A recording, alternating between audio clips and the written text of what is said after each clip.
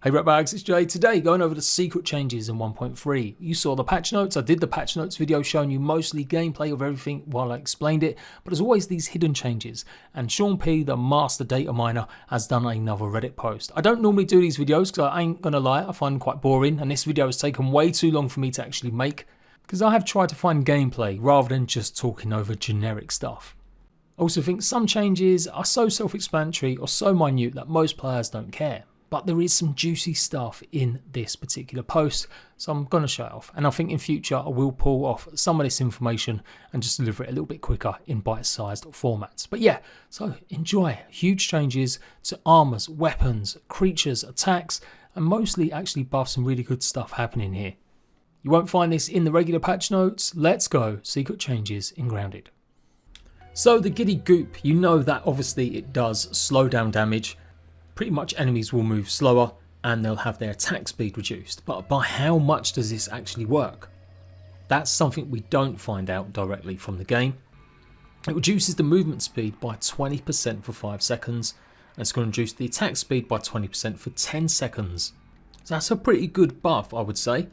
You always get the actual combo goo explode once you've hit your third finisher in a combo.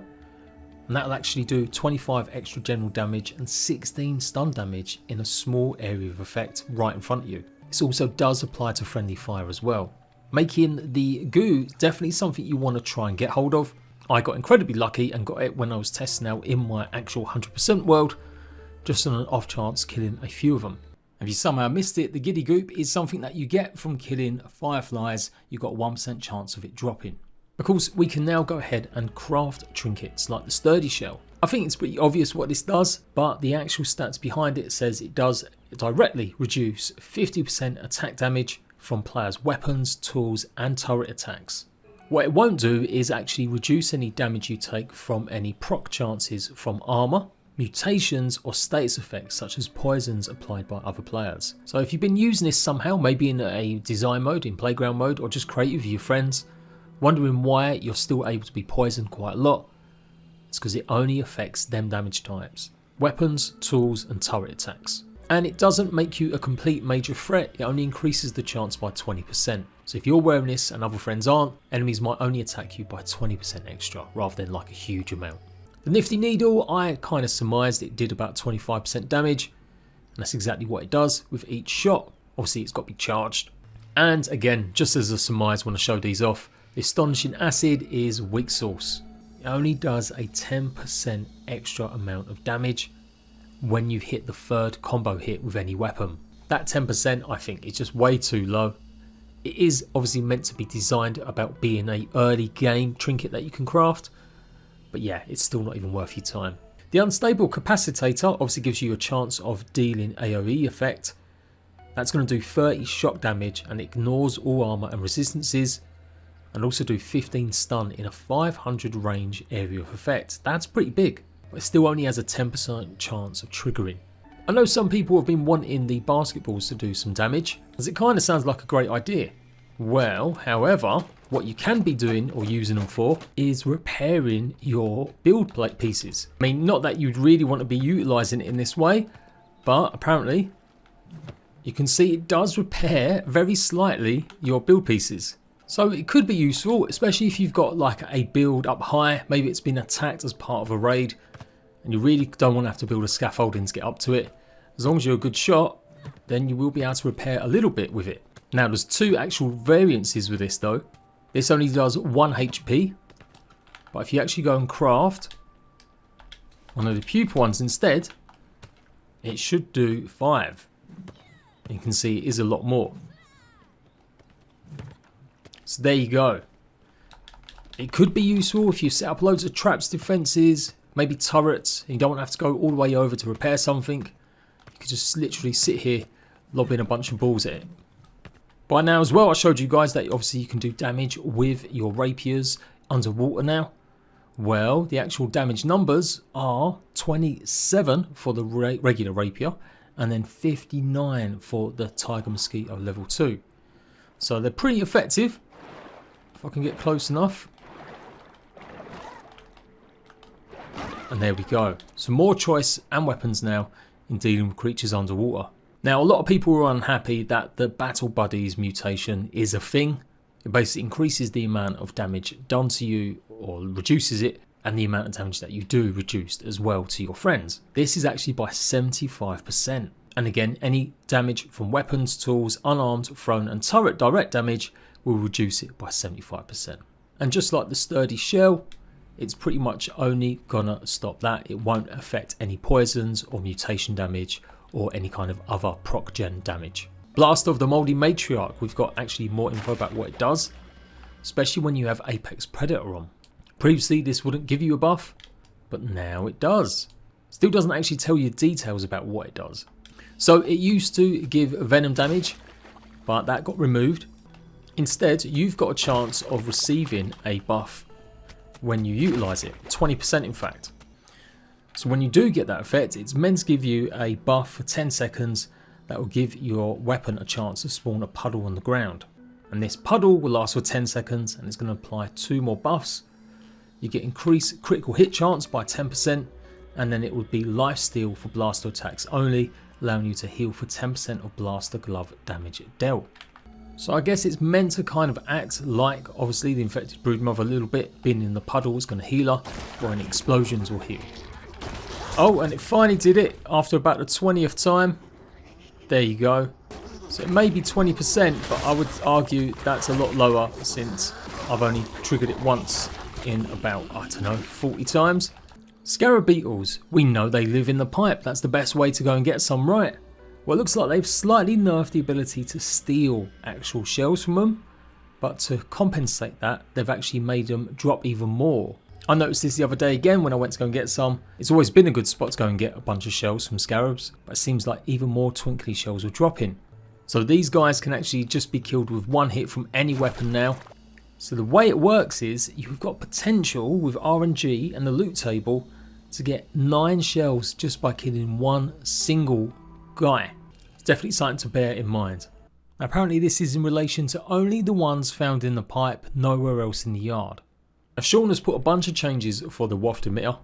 I told you guys I'm working on that to give you a bit more of a comprehensive guide, but I still need to get the gameplay to show you. I've been on and off streaming it, trying to get lots of footage, but I'm still a bit inconclusive with certain things. Yes, we all know that submitting a bunch of Black Widow parts is going to be able to get you a ton of Black Widows, and as long as you've got the Sour Battle Axe and a few other important build pieces like the Black Widow set, and it's a great way to get yourself up to 7,000 raw science in very, very short amount of time. But what if you don't have the Sour Battle Axe? That's what I'll be focusing on, how to get maximum raw science or what some bugs will give you. That's going to be coming in a separate video. But Sean's notes do have a more complex way of explaining exactly how the raw science is worked out. It's roughly every creature gives you a certain amount of raw science, but you need to complete the wave, and sometimes creatures don't necessarily spawn in a wave, or you won't have time to actually kill them all. So there is kind of like a perfect amount for some creatures, not to overdo it. So there were changes to a lot of the mutations. Sharpshooter got changed. Rank 1 is going to give you a 10% extra critical strike chance. Rank 2, 15, and rank 3, 20%. And that'll work with bow and crossbows. Chop up physical weakness debuff duration reduced from 5 seconds to 2 seconds at all ranks. And the mastery self buff duration unchanged is still 5 seconds. So I think the idea was if you overused this with an axe, eventually it could potentially make you tired, if I'm reading that right. Hence why it was meant to be a debuff, not a buff, to make up for the somewhat overpowered nature of the mutation, especially obviously using axes. Obviously Forms damage got increased massively. It's had a huge boost from 50, 75 and 100% for each rank. Now it starts at 100% double damage from whatever creatures actually hit you, 150 for the second rank and 200% for the third rank. Perfect Parry has had a massive boost as well. At rank 1 you only got 5% of your stamina back, or just 5 parts, 10 parts for the second rank and 15 stamina refunded. But now that has been boosted to 25, 50 and 100. So it's definitely worth getting all the way to tier 3 in obviously Perfect Parry. And you can see it's a massive boost there. That's what you're going to get with it maxed out to level 3. And Sour Sensation is absolutely worth giving it a try now. Before, it would basically increase the amount of damage reflected back at an enemy, so only by 7% for stage 1, 14% by stage 2, and 3rd% 25%. But now that's been increased to 50%, 100% and 150%. So remember, to get this you need to eat 10 pieces, I do believe, of sour candy to max upgrade it. So if an enemy hits you and you've got that equipped, then yeah, you should do 100% damage back at them. So whatever they hit you, they're going to take. So you can see I've nearly took this All Weaver down to half health with only a couple hits and him doing more damage. It's definitely worth experimenting with that with boss fights, particularly if you're not going to be going for a block build, especially for Berserker. I could see that being a really good effective mix. And then the Bardic Inspiration, that gives an area of effect use that would buff your friends around you. Would have actually reduced the size of it, so it's technically enough from 3,000 units to 2,000 units. So your friends are going to have to be a little bit close to you now to get the benefits of that buff. So we're back at my laboratory to check out some of the trinkets, give even more details about what they do. So the Broodmother Trinket and the Infected Broodmother Trinket. So it says summon damage increased, well that's actually been doubled. So your little spiders that will spawn now, they'll do double the amount of damage they used to. So the Health and Safety badge has already had another change. If you're using this, yes, you're going to lifesteal, but you're going to take 45% extra damage from any kind of hit from a creature. But they have also increased the amount of lifesteal that you get from 4% to 6%. And they've nerfed it even further. This only works now with the 3rd combo hit. So if you had that equipped with the Black Widow armor and the Sour Battle Axe, you were speeding up your attacks with the 3rd combo hit. You were getting health for each hit, and it was pretty OP. So yeah, looks like they've nerfed that considerably again. So the Compliance badge, it used to make you 35% weaker against damage. Well, now it takes 45%. So yeah, even more of a debuff. For some reason, Sticky Fingers and the Right Elf charm are now considered tier 2, not tier 3 trinkets.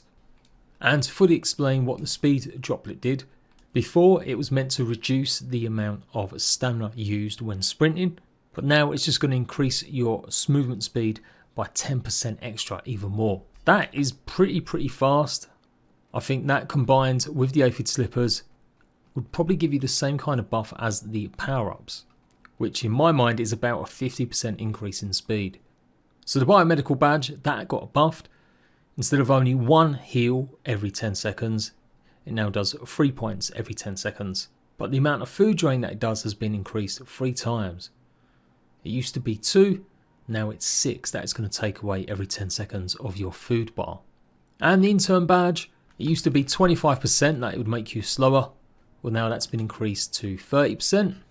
So of course it does carry 15. I think in my first video I was stupidly saying it increased it to 20. But yes, you can carry 5 grass planks yourself anyway. So it's an increase of 5 because it used to be only carrying 10. The Entomologist badge, that got increased the attack bonus to 15% from 10. But it had also another slight nerf. It only works now with weapons, tools, bombs, unarmed and thrown. Gear, item procs, mutations, dots, i.e. poison, venom and stuff like that, that won't have the damage increased by it. So really is only perhaps made for Berserker classes now, rather than getting extra damage via your poison. And Defense badge, it used to give you extra 25% protection, now it's 35%, but they've nerfed the amount even more how much damage you do. It used to be 15%, but now you're going to have a 30% reduction when you're using this, when you're attacking creatures. Now the Mantis Trinket, excitingly, I got this today for the first time, legit, has been completely changed apparently. So it used to give you a stamina refund whenever you got a critical attack. So we've only got 1% chance of gaining a critical hit, so I'm just going to mess around. So you can see it's popped up now, I've got the critical hit in, and every time it releases it should do more damage. If it doesn't release immediately, you can see it's starting to stack. I've now got 2. And then when it gets released, it obviously does a lot more damage. But remember, you have got to do it with the combo finisher to hopefully help it stack. And again, it's going to be more useful against bosses. Although I suppose potentially against big amounts of enemies, especially maybe harder to kill ones. See, I've got it up to level 4 now. And it's not running away, it's literally going to stay there until I get my next critical hit. It does obviously is increases your chances of getting more critical hits. It does that by 2% every time. So when it said 4 there, that meant I had an 8% chance or extra of getting another critical hit. So it should just mean you get more critical hit chances whenever you've got it equipped, which is definitely better than just a stamina refund. Fancy fletching has also had a change. It basically used to help your stamina regen faster once it got exhausted. So it's still doing that. It used to do 50% less time to basically kick in, but now it's going to be only 75% less time. So yeah, you should get your stamina back a lot quicker when you're using the fancy fletching. And the Was Queen, it's not much of an improvement. Free ammo chance has been increased from 25 to 30% only. So maybe still not that great. Now, there are some big changes with turrets and the ammo and how much they do. Oh, frame rate central right here. Let's put all these in the chest. Oh, okay, let's get inside. So pebble damage has been increased to 60 from 50. Pollen damage has been increased from 25 to 30. Sap has been increased from 25 to 40. It's really good for stunning bigger, large creatures. Go on, stun. Stun. Come on, my guy. Why is he not stunning? Pointy rounds haven't actually changed in terms of the damage they do, but they are now instead stabbing damage instead of general. Splody rounds should also go ahead and do a little bit more stun damage now, but only by 1 extra. So the bombs, they should be doing 120 damage now, up from 80. And the charcoal should be up to 100 from 75. The groundy rounds should also be doing 1 additional stun damage too now with every hit. The burny rounds are going to go ahead and do corrosion damage on hitting creatures. So this is good for multiplayer or if you're going to be getting out and fighting them, because now enemies will take more damage for 15%. So you can see the debuff is there. Any weapons thrown or hits, you're actually going to do 15% extra damage against them. But this won't work on creatures like termites because it's technically an acid. So they definitely look like they're some of the better ones to be using now. So the lifesteal on the rapiers as well as the tick sword, that has actually been changed a little bit. It's only actually going to work when you're attacking an enemy with the weapon. Previously, if any other kind of weapon did life drain, it would accentuate, I think, and do even more. So basically anything from trinkets and mutations aren't going to heal you as well. It's only the hits that you do with the weapon. Now the pinch whacker, that's obviously been made a lot better in my opinion. You're guaranteed to get the 3rd combo hit where it does the electricity charge, but it has had slight reduction. It doesn't do 35 damage anymore, it does 30, but that's still better considering it was only a 10% chance of triggering when fighting before. Now it's guaranteed as long as you get that 3rd hit in. One other slight aspect of it though, it used to stagger enemies with every chance that it did that, but that has not been the case anymore. It's been removed, so you won't stagger creatures when you get that shock. So the Widow Dagger has been replaced with Venom now instead of Poison. So this is going to do 10 Venom damage every 5 seconds and it will last for 10 seconds, as you can see it there. So beforehand the Poison damage actually did 20 Poison damage every 5 seconds for 15 seconds. The crucial thing about Venom is it goes past enemies' defenses and resistances. So really good for fighting larger enemies with bigger health pools. And yes, it's now perfect for taking on spiders. Wolf spiders, even the brood mother. Anything that does poison damage, it'll actually negate a lot of its defenses now and actually work. But it does mean actually it's going to be a slightly less of a damage item against smaller creatures, because they're probably going to die within a few hits, so you're not necessarily getting that full effect of the venom lasting as long, and it's definitely not as strong as the poison. Although weirdly, if you're underwater, it's still going to go ahead and just do regular poison damage, not the brand new venom damage. The Spore Lords had a bunch of changes. The mutation, when you upgraded it and got the gear set bonus at level 6, the explosive damage up buff has been increased from 1% to 5% damage. The explosive down debuff remains unchanged at 10% chance. And the heal over time and speed up buff proc chances have been increased from 3% to 5%. A few changes already with certain items in obviously the raw science shop, or the super duper machine I should say. Crow arrow duplication costs have been increased from 300 to 500, kind of random. The mint mallet combo finisher now unleashes AoE explosion, yep. That actually does 50 fresh damage and 16 stun to all creatures in a 500 range status of the attack. And also does a 20% movement speed reduction for 5 seconds to hit enemies. The Morning Star combo finisher now applies a damage over time, dealing 5 true damage, not bleed damage.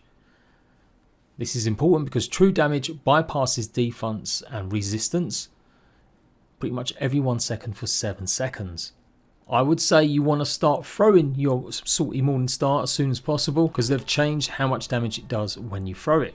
Previously it used to do 140 damage when you threw it, which is pretty good, but now it does 140 salt damage. So particularly for enemies weak against salt, this could be a new meta. It's still going to do 40 stun as well. So yeah, try it out next time you're going to face off against obviously the Mantis. And wasps, I think they're more resistant to salt or less resistant to salt. Then the Spicy Cortana, the combo finisher, does a 10-second buff to the player, increasing the time window to perfect parry by 15 milliseconds. So that's about a 6% increase in the parry window. When you get this 10-second buff, it's going to cause all your perfect parries to increase the attack damage of your next attack by 25%. So this attack damage is going to stay there for 10 seconds, but it is removed on any successful attacks from any source, and it doesn't stack. And it looks like they've kind of nerfed maybe the Sky for Blossoms. But of course all the animation changes are being revamped for axes and clubs, making it quicker to use. So it might not be as much of a difference when you actually get your hands on it yourself. And remember, technically, although it's an axe, it's also considered a dagger. So if you've got the dagger mutation on, or anything that's going to give you fast moving attacks, you're still getting the third combo finisher from it. So if you're going to use anything that gives your third hit, basically combo finisher, a boost like Mutation, a buff or Trinket, then daggers weren't working because they only do 2 basic attacks. But yeah, since this is technically half a Scythe, half a dagger, it will gain all of them effects. It's also had a buff to throwing damage. Again, it used to do 140 general damage, but now it does 140 slashing and chopping damage and 40 stun. So it might be worth a last minute good result trying to get good at throwing really close to enemies and not hopefully yeeting your axe miles away. The Sour Axe gives you a 25% speed increase once you've got that third combo hit in, so obviously pretty OP still, even with the nerf that they made it 10% less damage reduction in the latest small hotfix. But it's also increased its stun, so it had 12 on the first hit, well now it does 24. The second hit is going to do 24 stun, and the third hit has also been reduced though, 26 to 24. So that's kind of in line with the same sort of attack damage. You'll have just more general stun across all 3 hits, rather than having it saved up for the third hit. Gas arrows and burning turret damage no longer work underwater. The rough reload mechanic, which applies a 2.3 second debuff and gives you 8% damage and 30% stamina cost debuff to any player anytime they fire a crossbow, effectively stopping you from reloading it by cancelling the reload. That's what everyone was cheesing. It's also now going to stop you generating your stamina for 2.3 seconds after firing a crossbow, but this is reduced to only 1.3 when you're using the antlion armour. So yeah, it's still trying to encourage you not to cheese and press block to reload with your crossbow, because the debuff, the shot that you'll do, isn't going to do as much damage. So all the underwater weapons, they've also had changes. You know now that daggers and spears will now do double damage. Tier 3 underwater weapons did the same damage as Tier 2 weapons due to a bug, but now the Tier 3 dagger does 50 damage up from 27. Tier 3 spears also now deal 65 damage up from 32. And the underwater daggers can all apply poison now. The barred bow now does more damage with splinter arrows than feather arrows. For some reason both of these arrows were doing the same amount of damage, but now splinter arrows should do 77 damage with regular shots up from 70, and 88 damage with charged shots up from 80. The Black Hand armor set has had a buff, obviously with all of the sour sensation kind of thorns damage being increased. That's what this set does have, and it's been increased from 50 to 100%. The Spider set used to apparently have a 100% proc chance of applying a poison weakness debuff, but that's been nerfed now and reduced to 25% chance. Major threat on the Acorn armor, each piece is worth 20%. So if you're wearing all three, you're 60% more likely to be attacked than your friends by creatures. And we know that the Black Widow set is still pretty OP. The sleep bonus effect is going to give you health back, but only when you kill a creature. So it's going to heal you for 15 health a second and a 15% attack speed bonus for 10 seconds. It's still OP. Definitely get this upgraded to level 6 as quickly as you can. And obviously make sure you're wearing all three pieces. And Fire Ant set has been changed as well. The armor, the shield and the burning round corrosion debuff no longer increases all damage. It's only going to increase damage taken from melee weapons, melee tools, unarmed and thrown attacks. So I think this is kind of a nerf for the Fire Ant gear. I'm pretty sure it used to combine a lot with a lot of other stuff, but now it won't be as useful. The Rotten Berry Charm has had its AoE effect poison doubled from 10% chance per hit to 20. And you might have seen there were changes made to some of the starting armors. So the Grub set has got you pretty much doing more damage to tier 1 creatures, but it's only 5%.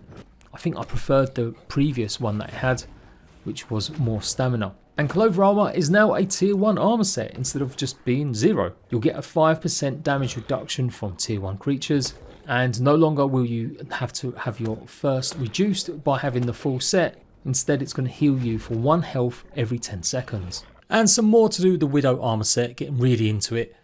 The helmet used to give 20% debuff for poison weakness. You get 40% from the chest and 30% from the legs. That gave 118 if all 3 pieces were worn, but now all pieces provide 30 each. This debuff will no longer stack, so you're only going to get a 30% bonus to poison damage with all 3 pieces equipped. So it does mean that Widow armor, I think it can be actually useful if you're wearing just one of these items alongside others. And before, they pretty much had it that you get 100% guaranteed chance of proccing this debuff, but that's been reduced to 25% per attack now.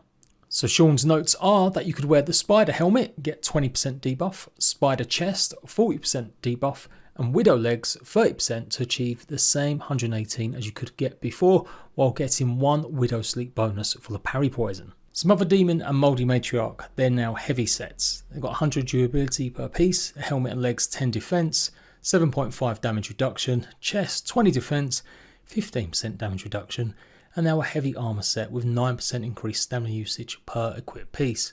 The Mouldy Matriarch armor piece set, that had a chance of giving 5 stun to each explosive attack, now gives your explosive attacks a 10% chance to apply a 5% critical damage buff, stacking up to 20 times, and removed when combat ends or if you change your equipment. And the Mouldy Matriarch sleep bonus, that had a proc chance to apply the explosive weakness debuff to enemies. That's increased from 10% to 20%. Duration of this debuff reduced from 20 seconds to 10 seconds. Tier 3 shields obviously had their block gauge increased. It's now 75 instead of 50.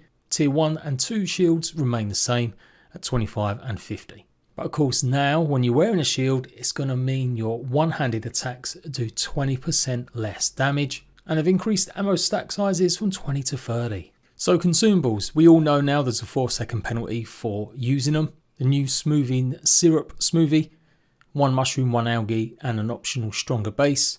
That'll heal you for 40 instantly just on its own. If you add a sprout, it's going to heal 80. Add a sticky, it'll heal for 40 instantly, and you get an additional 5 health every 10 seconds for 240 seconds, i.e. 4 minutes. Now that's really interesting. Something I've probably missed over God knows how many long years. I never use sticky smoothies. I've always just felt like it was much better to get more.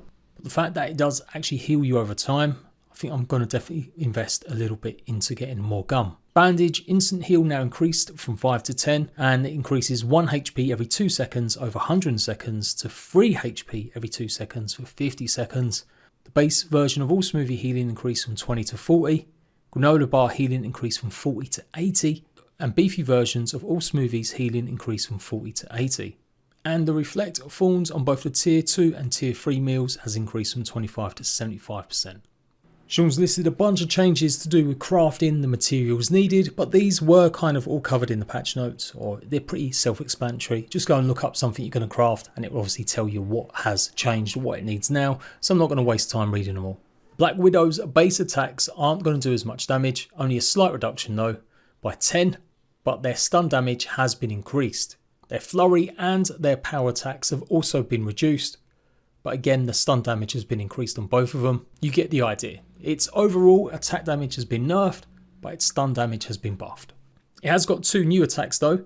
It will shoot the baby web shot, it'll give a 20-second cooldown before it can shoot again. Deals 100 generated range damage, 10 stun, applies a 5-second web to the player, spawns a black widowling, always attempts to consume the widowling on her next attack, which you don't want to do because if it does, it's going to get a 20-second cooldown for this, but it'll attack a widowling for 1200 general damage, applying both venom and poison to it.